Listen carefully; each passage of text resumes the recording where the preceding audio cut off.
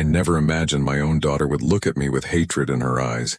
I stood there on my birthday, smiling, believing this day was about love. Then everything changed in one violent second.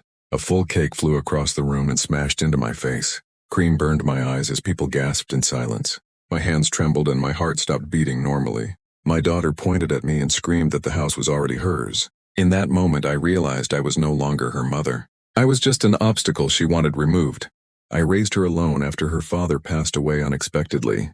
There were nights I cried quietly so she would not hear me. I worked overtime while my body ached and my spirit felt tired. Every bill was paid before I bought myself anything. This house was built with years of exhaustion and silent prayers. Each wall remembers the sacrifices I made without complaint. I thought love meant giving everything. I never thought it would teach her to take everything. At first she laughed and joked about owning the house one day. I smiled, believing it was harmless talk. But slowly her tone began to change. The jokes disappeared and expectations took their place. She started talking like ownership was guaranteed. She stopped asking about my health or my happiness. Every conversation ended with the same question about the house.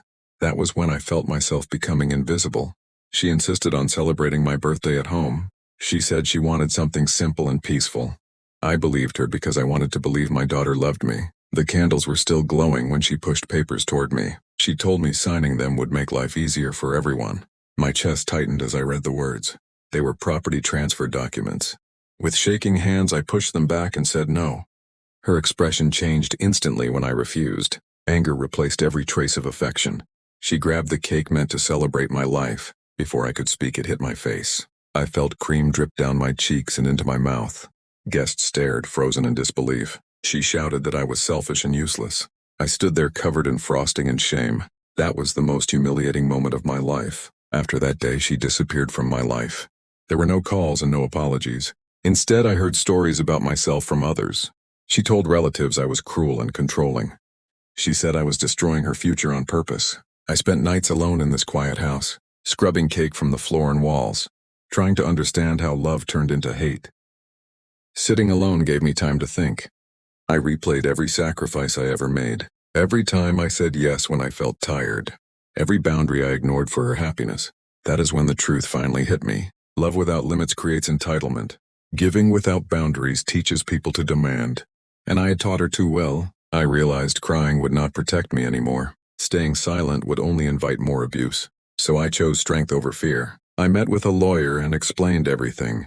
I secured my home and updated my will. Each signature felt heavy but necessary. This was not revenge.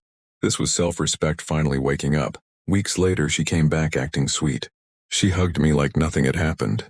She called me mommy again with a soft voice, but something felt wrong in my chest. Soon she brought up the house again. I calmly told her everything was legally protected. Her smile faded instantly. That is when she realized control was gone. She accused me of betraying family. She said I loved money more than her. I looked at her without raising my voice. I reminded her of the cake, of the humiliation, of the disrespect. I told her she broke something that day. Something money can never fix.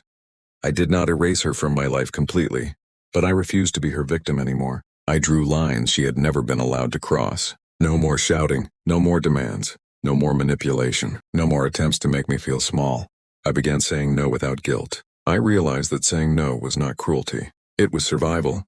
It was love for myself. The boundaries were my shield, and for the first time, I felt a quiet strength I had never known before. She began to fight these boundaries. She tried to twist words to guilt me into surrendering, but I held my ground firmly. Every demand she made reminded me of the cake incident. Every harsh word she spat reminded me of her betrayal. I understood now that entitlement comes at a cost, and the cost she paid was losing the power to hurt me. Her anger no longer frightened me. Her threats no longer shook my foundation. I had found my power again, and it came from protecting myself, not the house. I began living differently after that day. I no longer waited for her approval or her affection.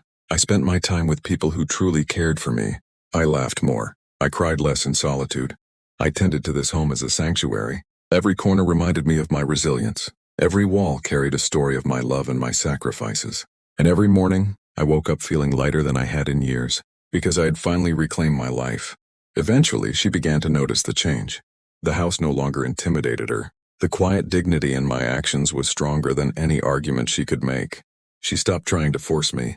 She tried to charm me, but it no longer worked, and I watched her frustration silently, without anger, because justice had been served in the most powerful way, not by yelling, not by revenge, but by standing tall and refusing to be broken. And in that silence, she understood. Some things cannot be taken by force. This house is not just walls or land. It is my story. It is my struggle. It is my love turned into resilience. I lost a daughter that day, but I found myself. No amount of rage, no amount of entitlement, no act of disrespect can ever take that away.